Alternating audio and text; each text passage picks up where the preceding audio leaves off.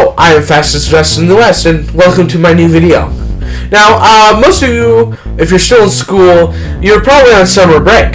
I know I might be a little late on that, but this video is for just suggesting games you can play over the summer break, in case you look through your thousands of Steam games and still don't know what to play. Trust me, I know that feeling. So this list is in no particular order, and let's get started. So first up is Skyrim. Now, my question is, why, if you're listening to this and you haven't played Skyrim, why haven't you played Skyrim? It's around like 11 years old. You've probably heard of it a bunch, and it's a super fun game. Now, what I like about this game is you have a real sense, like, you discover things, like if you find a dungeon or something, it really feels like, like it's a real breathing world where you can find lots of stuff. And if you beat the game and you think you have nothing to do, there's probably still a lot to do. There's DLC, other side quests, and the community-made mods. And some of these mods can be well-crafted masterpieces, or this. But there might be some cons to Skyrim, like maybe there are some quests that aren't in your favor, or maybe the leveling system's too complicated. But there are other parts of the game, like the combat, like is really fluid, and like you really feel the power of your swings. But also, one thing to note is if you get a bunch of quests, it might be a little hard to manage or even find like the main quest in your quest log. But overall, it's a pretty good game. Now, next up is Serious Sam: The First Encounter HD. Now, Serious Sam: The Serious Encounter HD is a remake of the 2001 classic Serious Sam: The First Encounter. Now, in this game, you'll probably be pressing S and going backwards, shooting enemies most of the time, but that's just a given. Now, to be a little more serious, the main focus of this game is shooting enemies, like you're just going through waves of enemies, and it really feels fluent. Like, it's not like super overly complicated, like there's no sliding grapple hooks, or it just feels really nice, and the guns have like this really nice feel that you don't feel in some games. Now, some things about this game you might want to take to note is it is hard. It is very hard. Like, there are literally triggers in the map like that. If you pick up like a health pickup or something, enemies will spawn, and it'll just jump you. So it's just, I know there's like different difficulties, but it's just really hard. But overall, it's a really good game. It really feels fluent and generally a good time. Now, next up is Fallout 3. This is probably my favorite game of all time. Now, the combat isn't exactly the greatest, but there are other aspects of the game that just make it an overall great experience.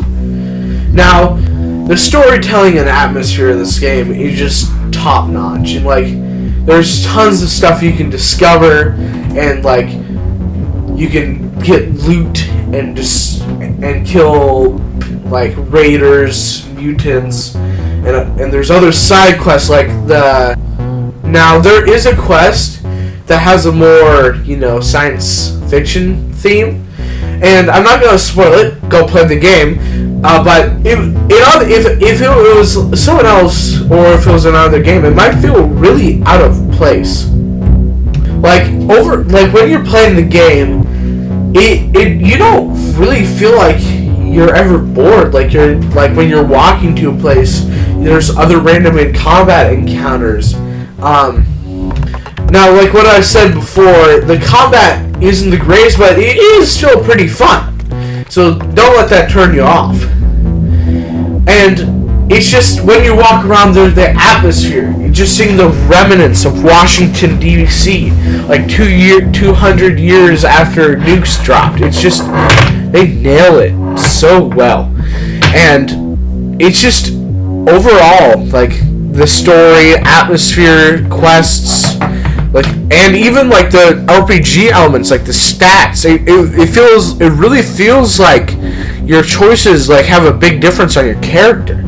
So overall, it's like an 11 out of 10 game. So definitely recommend. Next up is Red Dead Redemption 1. I'm talking about 1. No, I'm not talking about 2. I'm talking about the first one. Yeah, you should play it. So I never thought shooting with a controller would be as fun as it would be on a PC, you know, with more accuracy. But Red Dead Redemption 1 really pulls it off. Like, it makes me feel like I'm in a Western movie, and like it's like it has a good mix of story and action. Like it's like that perfect mix. And like, I know Red Dead 2 might be bigger, but you should still play this game. It is really good. It is just amazing. And those parts where you're riding the horses, those are actually pretty bearable because they're still going at the same pace as you.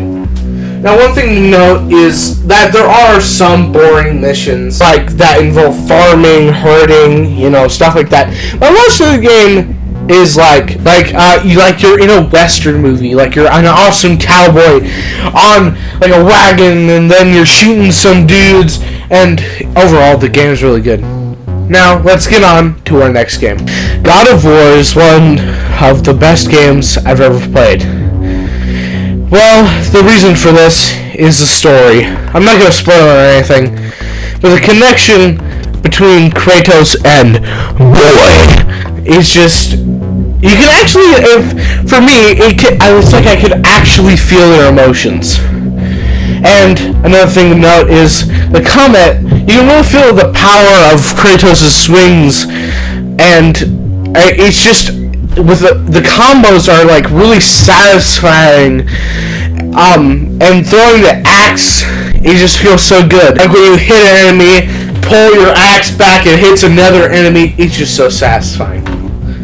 Now we have reached the end of our video. I hope you enjoyed, and maybe you can have an easier time looking through your thousands of games and maybe pick one to play over the summer. I'm fastest than the best in the West, and subscribe right now!